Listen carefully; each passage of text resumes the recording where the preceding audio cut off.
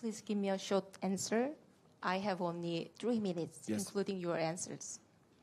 자, 아직 최종 조사 결과는 발표되지 않았는데 벤츠 차량에서 난 화재로 인해서 청라 주민들은 이재민이 되는 엄청난 고통을 겪고 있고 같은 차종의 벤츠 전기차 오너들은 기피와 혐오 대상이 되고 있고 중고차 시세는 엄청나게 떨어지고 있고 대한민국 전기차 보급 정책은 매우 큰 위기를 맞고 있습니다. 이번 사태에 대해서 만약 사과할 의사가 있다면 이 자리를 빌어서 한 말씀 해주시면 좋겠습니다. 자, 통역하세요.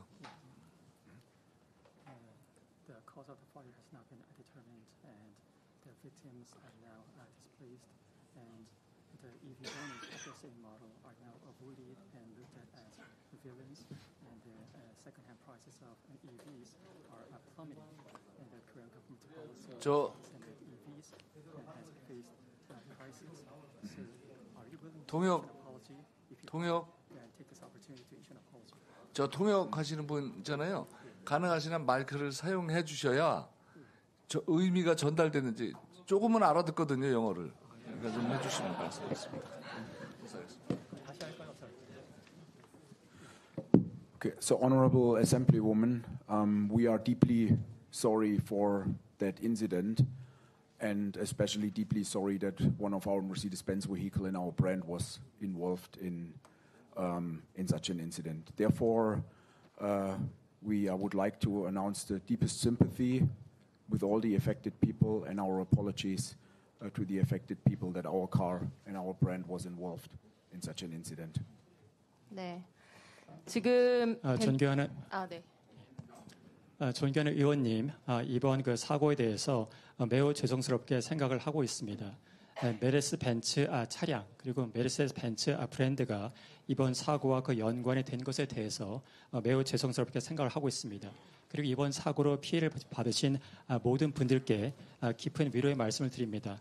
다시 한번 그 이번 사고에 저희 차량과 저희 브랜드가 그 연관이 된 점에 대해서는 사과의 말씀드립니다.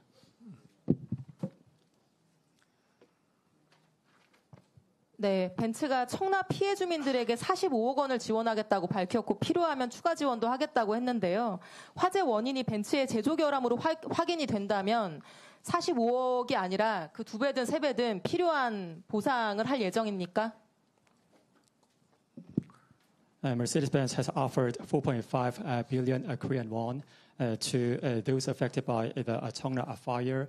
And Mercedes-Benz also pledged that if necessary, it is willing to provide additional support if the cause of the fire was determined was due to the defect involving the EV.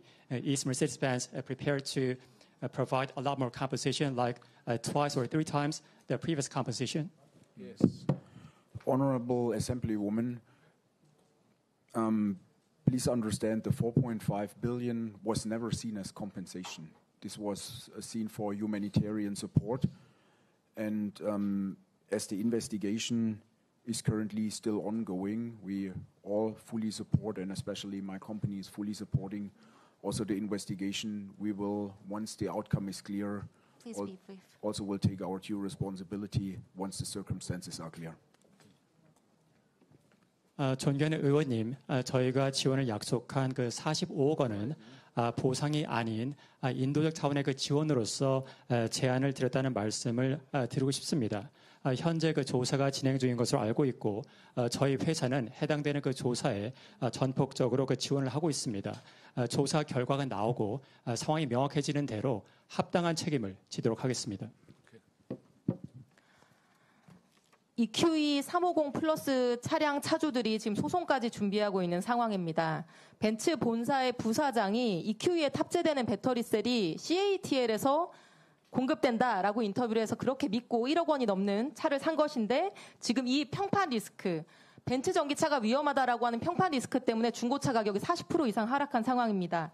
근데 벤츠는 이분들한테 사과를 하는 게 아니라 고객님 감사합니다라고 하면서 30만 원 바우처를 주겠다는 레터를 보냈다고 하더라고요. 이분들은 더 화가 나고 있는 상황이라고 합니다.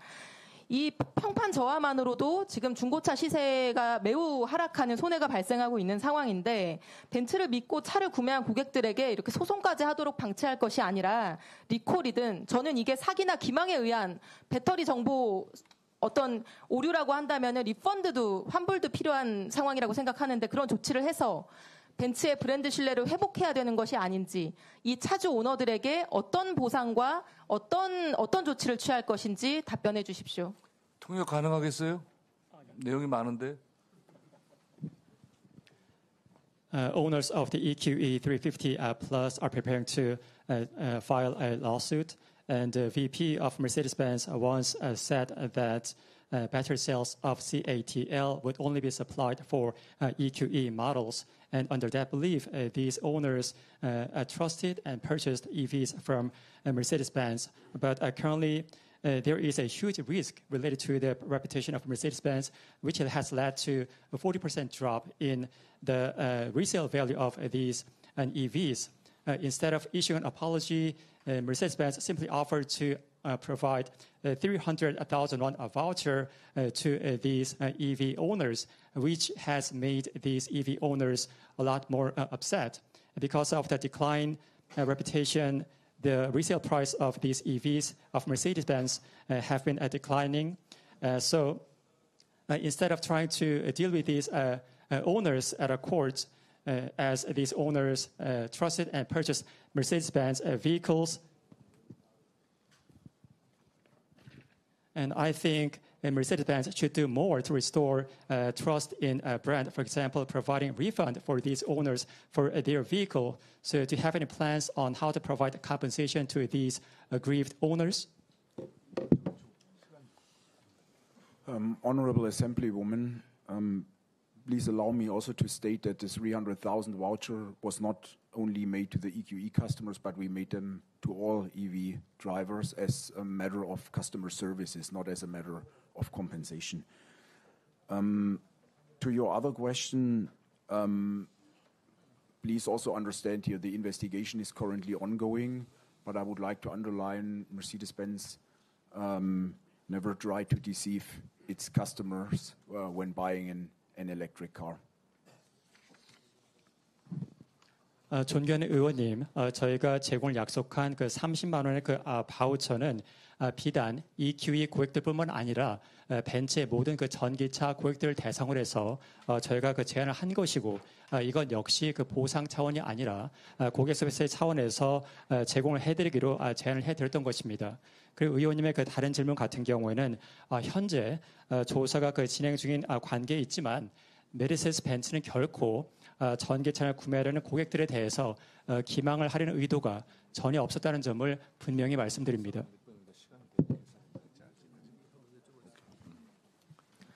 네, 적극적. So I look forward to your best effort to deal with the situation. We will do our best effort and to deal with that situation and to support the residents and the affected people. 해당 상황을 그 해결하고 피해를 받으신 주민분들을 포함한 그 모든 분들을 그 지원하기 위해서 최선의 노력을 아끼지 않겠습니다. 네, 비서실장님 아까 하신 답변이 제가 좀 납득이 잘 안 가서요. 슬라이드 보여주시죠. 그 10월 9일 대통령실 해명입니다. 경선 막바지에 거리를 두라는 조언을 받았고 그 이후 대통령은 문자를 주고받거나 통화한 사실이 없다고 기억한다. 이게 훨씬 긴 문자인데요. 제가 줄인 겁니다. 근데 대통령이 취임식 전날에도 명태균 씨랑 통화를 했는데 이거 거짓 해명 아니냐 이렇게 물었더니 실장님께서 경선 이후 본선 때 연락을 안 했다는 의미였다. 그럼 뭐가 진실입니까? 제가 정답을 설명을 해드리겠습니다. 그러니까 취임식 전날 그 명태균 씨로부터 전화가 온 것이 사실이죠. 어저께 녹취대로. 굉장히 오랜만에 전화가 온 것이죠. 경선 무렵에 관계를 끊었는데 그동안에 본선까지 완전히 브레이크가 있다가 취임식 전날 수많은 사람이 전화 온 중에 한 명인데 받으신 겁니다. 축하 전화를 짧게. 그게 전부인 것이죠. 그러니까 계속 명태균 씨와의 관계를 유지해오고 문자하고 전화하고 한 게 아니고 경선 과정에서 관계가 단절됐는데 그 이후 취임식 전날 당선 이후에 전화가 온 것을 받은 것이다. 알겠습니다. 그렇게 설명을 무슨 제가 말씀이신지 알겠는데 국민들이 바보가 아니기 때문에 국민들은 대통령의 이 해명을 보고 누구라도 대통령은 명 씨와 경선 이후에 문자를 주고받거나 통화한 사실이 없다고 기억한다고 하셨기 때문에 당연히 당선 이후든 축하 전화든 그 이후에는 완전히 연락이 끊긴 관계구나라고 다들 이해를 했던 겁니다. 그렇게 기억한다라고 그렇기 말씀을 때문에 하신 겁니다. 대통령이 잘못 말씀을 하셨든 또는 대통령실이 잘못 해명을 하셨든 이 부분은 국민들한테 사과하셔야 되는 부분이라고 생각을 합니다. 오인을 유발했기 때문에요. 글쎄요, 뭐 제가 그 사과할 일인지 여부는 좀 생각할 시간을 주십시오. 네, 일단 사과할 사과. 정도의 문제가 아니다. 왜냐하면 충분히 제가 이해할 수 있도록 설명을 드렸기 때문에 그때 설명을 하셨어요. 그때 이제 대통령도 기억이 가물가물하시니까 자, 이게 몇 년 전 알겠습니다. 일을 그래서 네. 기억한다라고 서술하지 않았습니까? 네, 알겠습니다. 다음 그 기억이라는 슬라이드 게 두 분의 취임식 녹취록 전날 들어보겠습니다. 수많은 전화가 오는 걸 한 날 받은 것까지 어떻게 기억해냅니까? 네.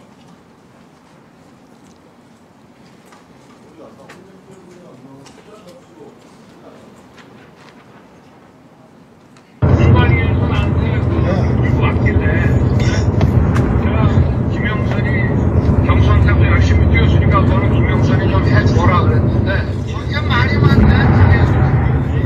진짜 평생을 잊지 않겠습니다. 고맙습니다. 예. 근데 어제 이 녹취록 공개 후에 재미있는 대통령실 입장이 나왔습니다. 다음 슬라이드. 자, 일단 공관위 공천 보고 받은 적 없다. 지시한 적도 없다. 그리고 명태균 씨한테 한 말은 그냥 좋게 이야기한 거다.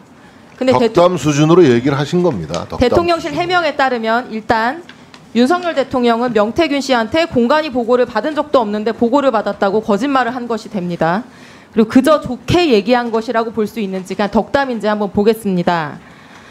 자, 다음 슬라이드. 공관위에서 나한테 들고 왔다. 그래서 내가 뭐라고 말했다. 근데 당의 반응은 어땠다. 아니 그냥 덕담 좋은 말을 이렇게 구체적으로 하는 경우가 있나요? 보통 아니, 알아보겠습니다. 아니, 그러니까 노력하겠습니다. 이거 이런 걸 아닙니까, 좋은 의원님. 말이라고 하는데 의원님 말씀 좋습니다. 아니 그러니까 좋은 말을 이렇게까지 구체적으로 하면 그런 걸 거짓말이거나 진실이거나 이렇게 그건- 얘기하는 거 아닙니까? 그래서 그거는 의원님의 관점이죠. 저는 국민들이 좀 납득할 수 있는 해명을 대통령실이 내놔야 되는 시점이라고 생각을 하고요. 만약 이 녹취록 안에 있는 대통령 말씀이 사실이라면은 대통령은 지금 국민한테 거짓말하고 계신 거고 만약에 녹취록 내용이 뻥이면 대통령이 명태균이라는 녹취 내용을 피고에 불과한 거짓말이라고 사람에게 자꾸 단정짓고 규정짓지 거짓말까지 마십시오. 아니 지금 공천 그거는- 보고 안 받으셨다면서요. 그거는 이소영 아니, 의원님의 공천 관점이고 관리를- 주장일 아니 뿐이지. 녹취록은 사실이라면서요. 근데 거기에서 공관위에서 보고를 받았다. 내가 이렇게 말했다. 아니 반응이 의원님 어땠다. 의원님 선거 안 해보셨어요? 거짓말이라면서요. 선거 때 여러 사람 도와준 자, 사람들이 얘기하면 민원도 있어요. 국민들이 그러면 그 해명을 아 내가 듣고 잘 납득할 챙겨보겠다라고 수가 있겠습니까? 얘기하지 않습니까? 자, 그런 다음 정도의 슬라이드. 덕담입니다. 자, 김건희 여사와 명태균 씨 사이의 카톡입니다. 철없이 떠드는 우리 오빠 용서해 주세요. 무식하면 원래 그래요. 지가 뭘 안다고. 저는 명 선생님께 완전히 의지하는 상황이고 명 선생님의 식견이 가장 탁월하다고 장담합니다. 해결할 유일한 분이고요. 대통령실은 여기 등장하는 무식한 오빠가 대통령 아니고 친오빠다 설명했는데 여전히 유효합니까? 네 그렇게 들었습니다. 네, 그럼 다른 오빠도 한번 만나보겠습니다. 다음 틀어주세요. 지 마누라가 옆에서 아니 오빠 명 선생님 그거 처리 안 했어? 명 선생님이 이렇게 놀라셔가지고 전화 오게끔 만든 게 오빠 대통령으로 자격 있는 거야?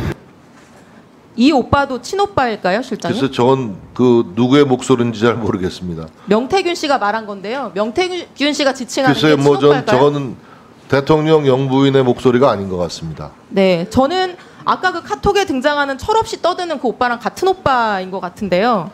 제가 정말 궁금한 거는 영부인이 되실 분이었던 분인데 명태균이라는 사람에게 선생님 식견이 가장 탁월하다고 장담한다, 사과드린다 이렇게 아부를 하고 굽신거리고 있다는 거예요. 우리가 다 듣기에도 글쎄요, 부끄러운. 그 워딩 자체를 아부라고 또 규정하십니다.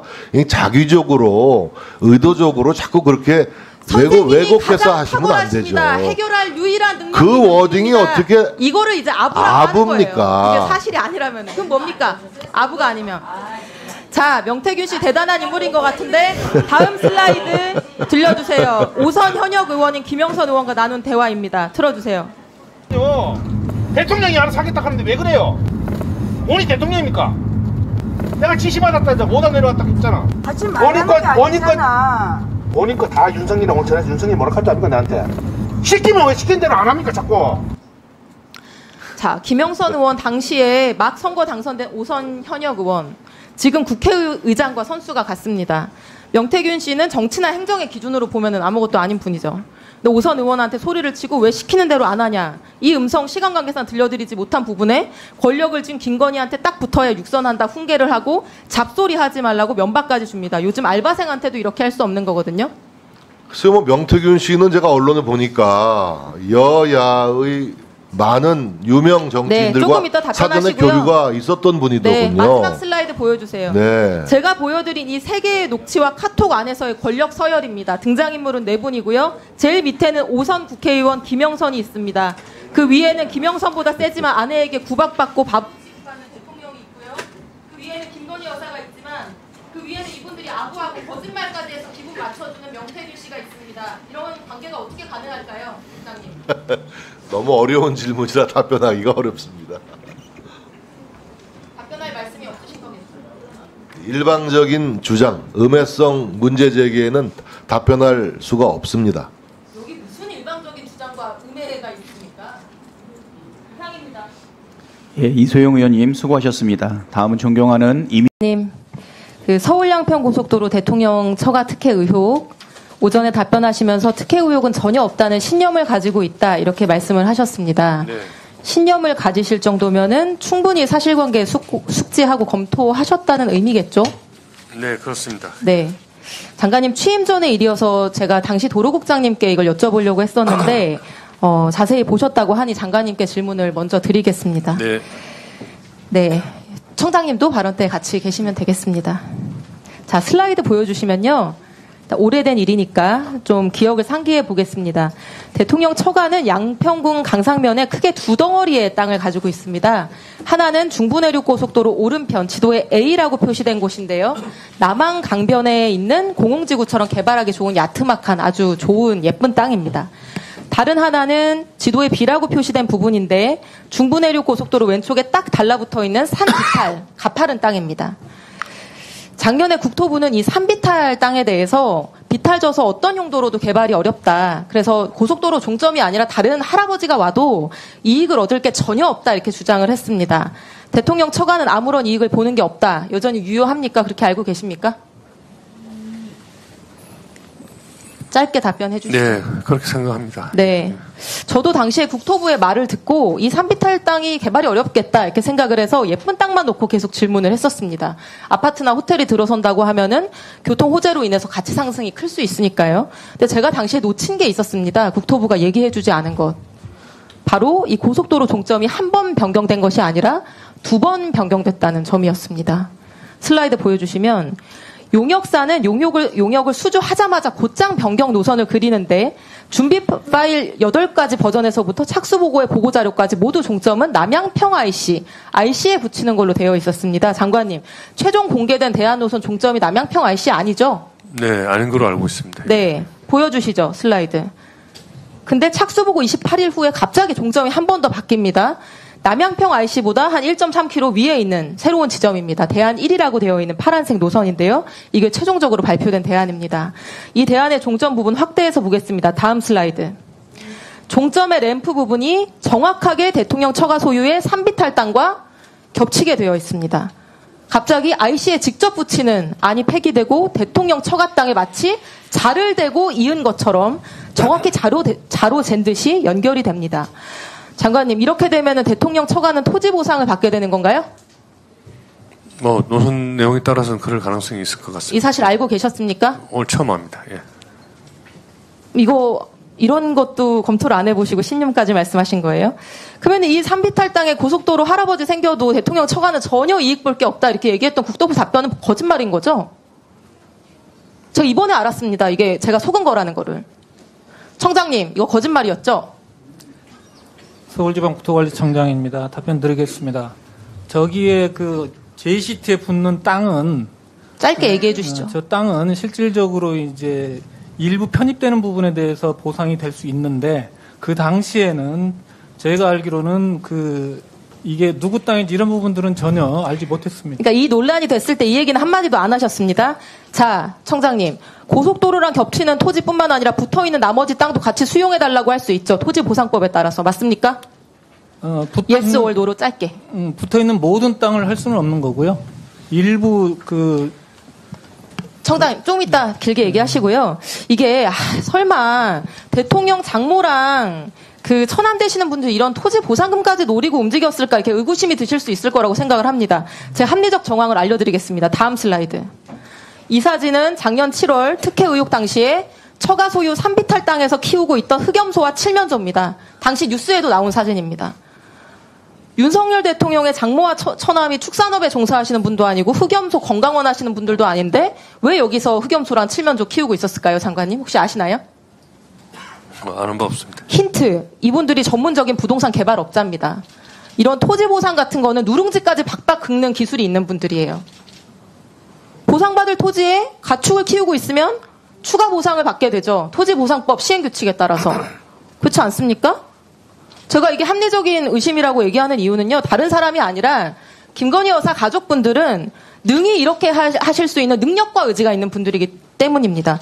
전 국민이 다 알고 있듯이 양평 공홍지구 개발 부담금 줄여보려고 지금 재판받고 계신 분들이고요. 중부내륙 고속도로 보상을 받을 때 이것보다 더한 필지 분할을 하고 용도 변경을 해서 보상금을 최대로 받아내신 분들입니다. 제가 보기에는 흑염소랑 칠면조 키워서 종점 가장 유리한 지점으로 바꾸고 종점 변경 비대하게 된 때부터 이렇게 해서 보상금 맥시멈으로 챙기려고 했던 것 같은데 장관님 생각 어떠세요? 그 생각을 제가 알 수가 없으니까 그 질문에 대해서는 답변을 드릴 수가 없고요. 제가 아까 장관으로서 현황도 파악하고 현장도 가보고 또 여러 그 기록도 보고 해서 저는 그런 특혜나 의혹이 없었다는 데 대해서 확신한다고 말씀드린 것은 저희 직원들로부터 보고 또 제가 그동안에 경험해온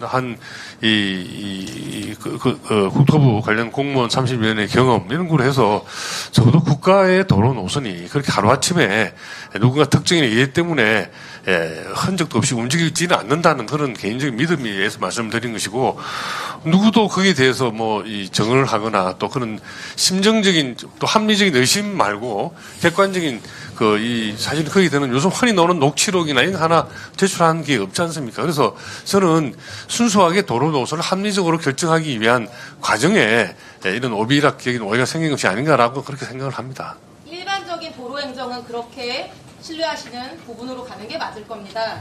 그러나 이 사건 특혜 의혹에 있어서는 너무나 많은 이런 의심 정황이 있기 때문에 이런 의혹이 제기된 것인데 김건희 여사 일가는 한 푼도 이익을 보는 게 없다. 그렇기 때문에 특혜 의혹도 있을 수 없다. 이렇게 주장해온 국토부가 결국 토지보상금을 받는다는 이 사실은 근데 고속도로에 무슨 일부 조금 땅이 아마 저렇게 되면 아마 지형으로 봐서 교각이라든지 뭐 또 절토를 해야 될 테인데요.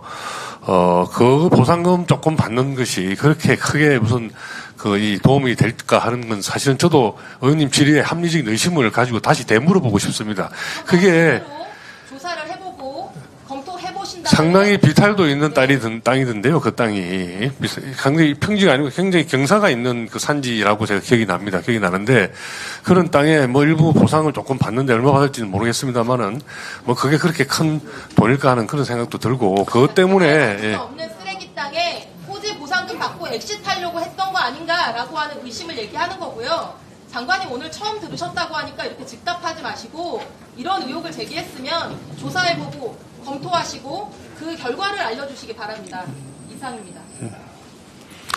네, 조사는 모르겠지만 검토는 다시 해보고 현장 확인을 해보겠습니다. 예, 수고하셨습니다. 다음 소원. 네, 장관님 마지막 날입니다. 네. 국정감사 첫날 제가 이런 내용의 질의를 했었습니다. 양평고속도로 종점이 2번 변경됐는데 두 번째 변경할 때 원래 IC에 붙이기로 했던 종점을 대통령 처가 땅 쪽으로 옮겼다.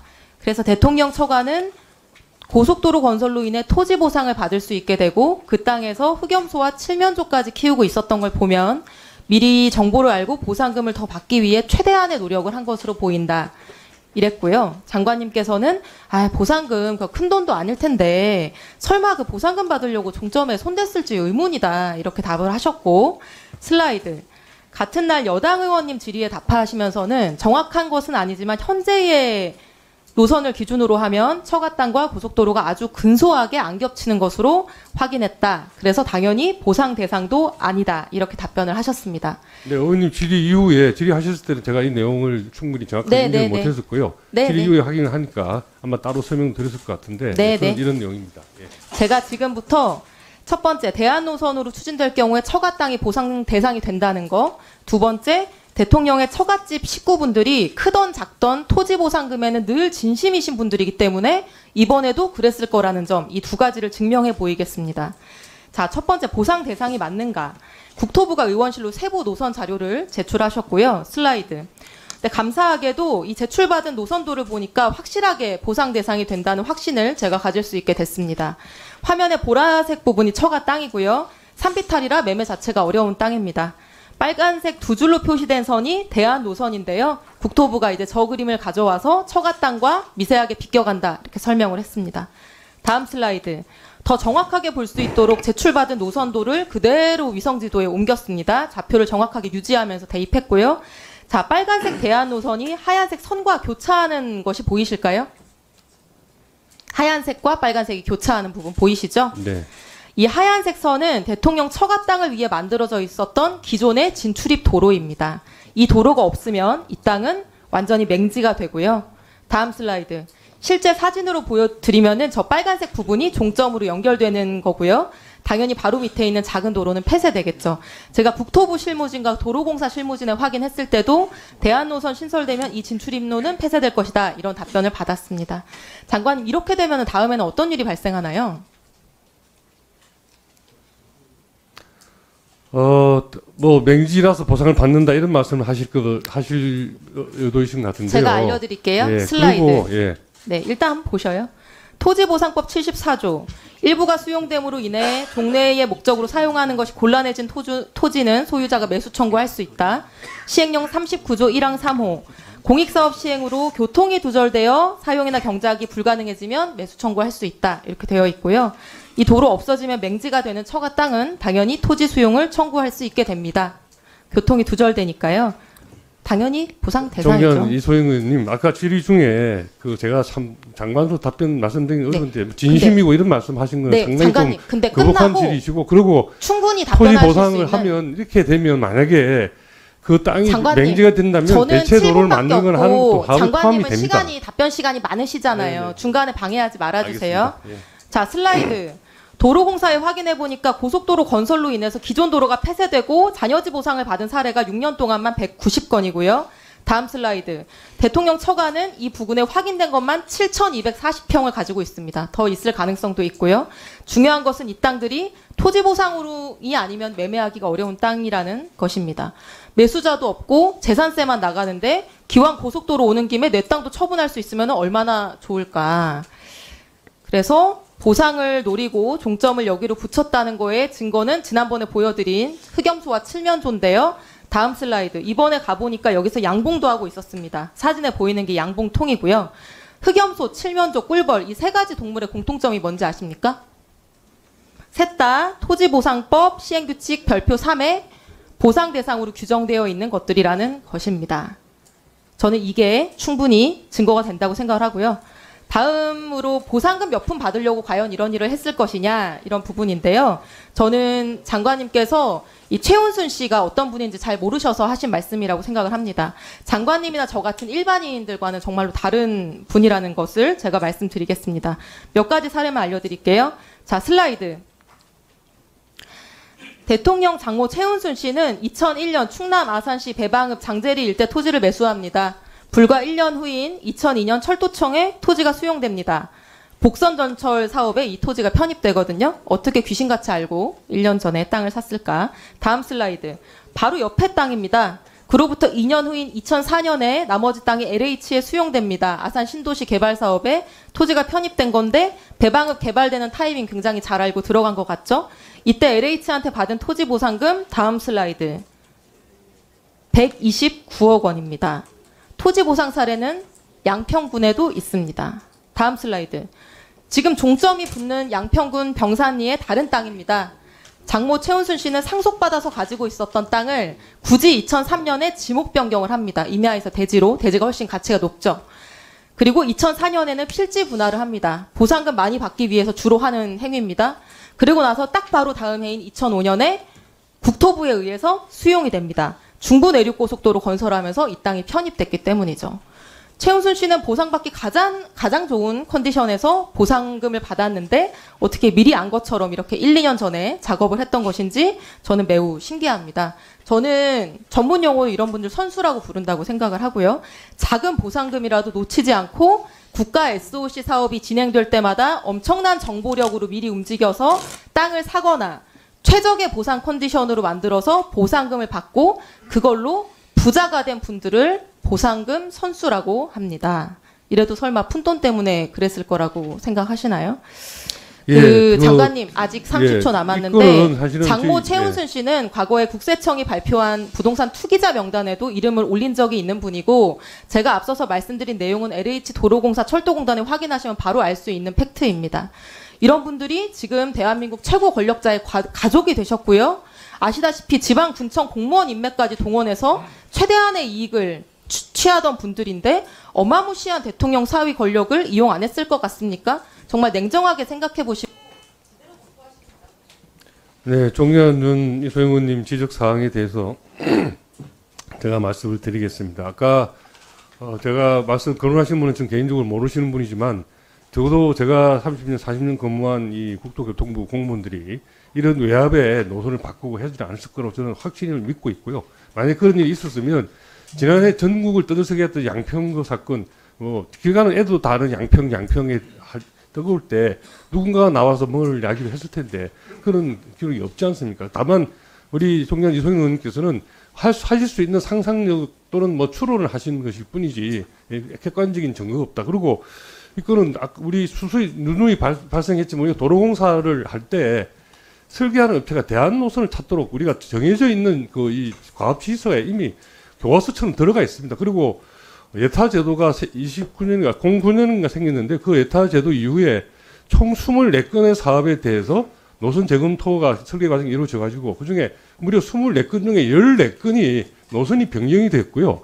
변경된 노선이 변경된 14건들의 평균 변경률이 무려 77%입니다. 그러니까 이 건이 그냥 어쩌다가 생긴 아주 예외적인 일이 아니고 설계하는 업체가 들어가서 정말 설계 기술자 입장에서 예타는 이코노미스트들이 하는 겁니다. 이코노미스트들이 그 숫자를 갖고 한 예타를 받아보고 엔지니어적인 입장에서 정말 들어가서 최적대한 노선을 찾도록 과업지시서에 되어 있고 그 과업지시서는 지난 정부에서 만든 겁니다. 그거에 따라서 정말 기술자적인 양심을 가지고 설계를 대안을 찾은 것이지 이런 일 때문에 찾았을 알았다라고 저는 개인적으로 확신을 하고요.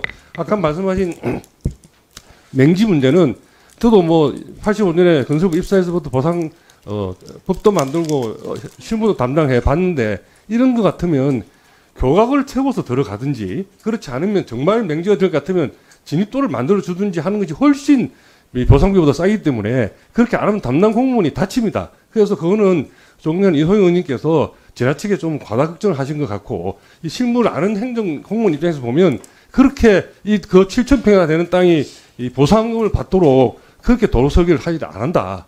그렇게 말씀을 제가 드리겠습니다. 장관님 지금 말씀하신 내용들 작년에 원희룡 장관님께서도 다 똑같이 말씀하셨던 내용이 그것이 진실에 가까우니까 원장님도 이야기하셔도 이야기하는 거 아니겠습니까? 다시 한번 자세히 보시면 좋겠고요. 그리고 이거 맹지인데 도로 추가로 개설해 준다고 하셨는데요. 제가 할 걸 대신해 좀. 저도 좀 해고 싶어요. 여기 무슨 도로를 만듭니까? 도각으로 연결하면 그 밑에 있는 땅에 어떻게 그 도로를 만들 수가 있겠어요? 구조적으로 안 되는 것인데. 객관적인 증거가 없다고 계속 말씀하시는데 명태균 씨처럼 무슨 텔레그램 캡처라도 있으면 참 좋겠는데요. 녹취록이랑 텔레그램 캡처 없다고 해서 없는 사실은 아닙니다. 녹취록 텔레그램 캡처 외에 모든 증거가 지금 나고 모든 정황이 꿰어 맞춰지는데 의원님 말씀대로 정황을 꿰어 맞추신 거 아닙니까? 의원님.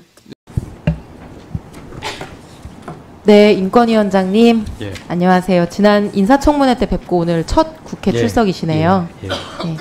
청문회 때 제가 특이하게 기억에 남았던 게 최근 인권 현안을 질문을 드렸는데 공직 후보자이기 때문에 답변이 곤란하다 이렇게 말씀을 여러 번 반복하시면서 정책적인 입장이 뭔지 말씀을 주시지 않았었습니다. 이제는 공직 후보자 아니시니까 답변하실 수 있죠? 예. 네, 오늘 좀 제대로 말씀해 주시면 좋겠습니다. 마이크를 좀 크게 주시고요. 당시 표현의 자유에 대해서 강력한 소신이 있다 이렇게 말씀을 하셔서 윤석열 대통령을 풍자한 쇼츠 영상이 방심위에 의해서 접속 차단이 되고 또 영상 공유한 사람들까지 압수수색 당하고 출국 금지 조치 당한 것에 대해서 표현의 자유 소신이 강하신 분 입장에서 이게 어떻게 보이시느냐 여쭙었는데요. 오늘은 답변 가능하시겠습니까? 제가 송구스럽지만 그 부분은 제가 지금 확인을 못했거든요. 다음 기회에 제가 그 부분을 한번 정확한 경위를 파악한 다음에 기회가 되면 말씀드리도록 하겠습니다. 알겠습니다.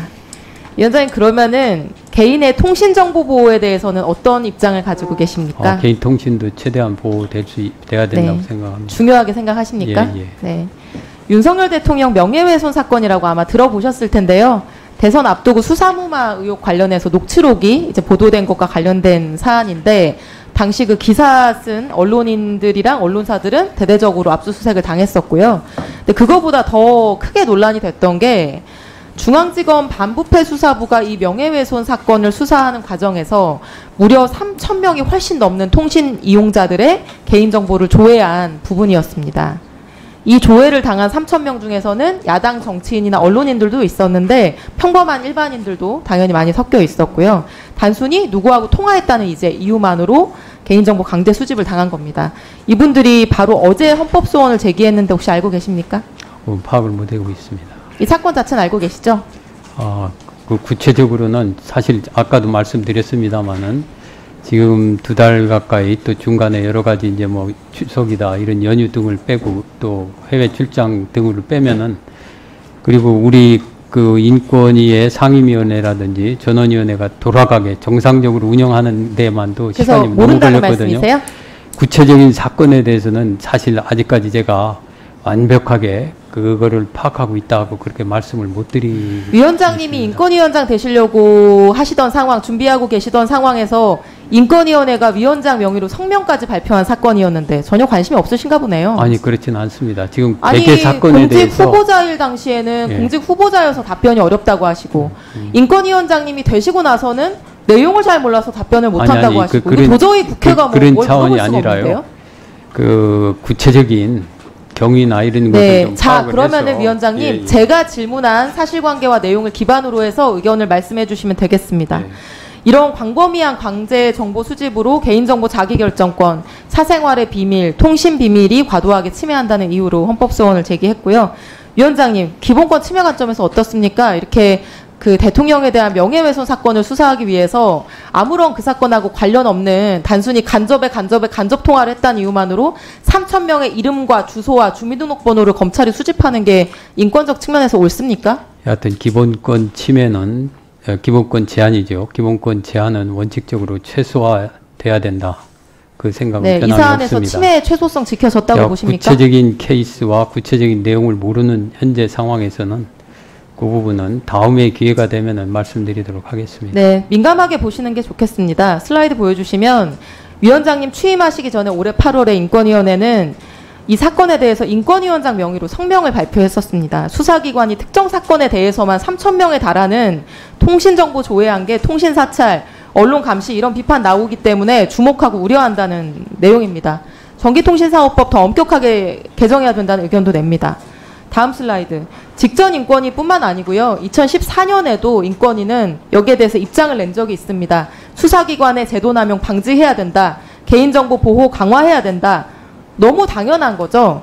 공권력 행사에 의해서 개인의 사생활 비밀, 자기결정권 침해되는지 면밀하게 살펴보는 게 인권위의 역할인 거고 적어도 인권위가 수사기관보다는 이런 문제에 더 민감해야 되는 거 아니겠습니까? 그렇죠? 그게 인권위의 존재의 이유니까요. 위원장님 지금 뭐 다 모르신다고 하니까 제가 더 질문을 이어가기가 어려운데요. 다 모른다는 게 아니라요. 구체적으로 상황, 뭐 개괄적인 내용이야 파악을 하고 있지만요. 우리 국민들의 인권이 침해되고 있는 현안들에 대해서는 기본적으로 파악하실 의무가 당연히 있죠. 그런데 지금 현안이 그런 거를 처리하는 게 너무 많았습니다. 아마 우리 직원분들도 아까 어떤 분의 말씀도 있었습니다마는 그 정말 바쁘게 지냈습니다. 하루에 수십 건씩 제가 상황 보고를 받고 그런데 이런 거 개개 구체적인 사건에 대해서는 아직까지 구체적인 보고를 제가 받지를 못했습니다. 네, 수고하셨습니다. 다음으로 존경하는 박성준 간사님 질의해 주시기 바랍니다.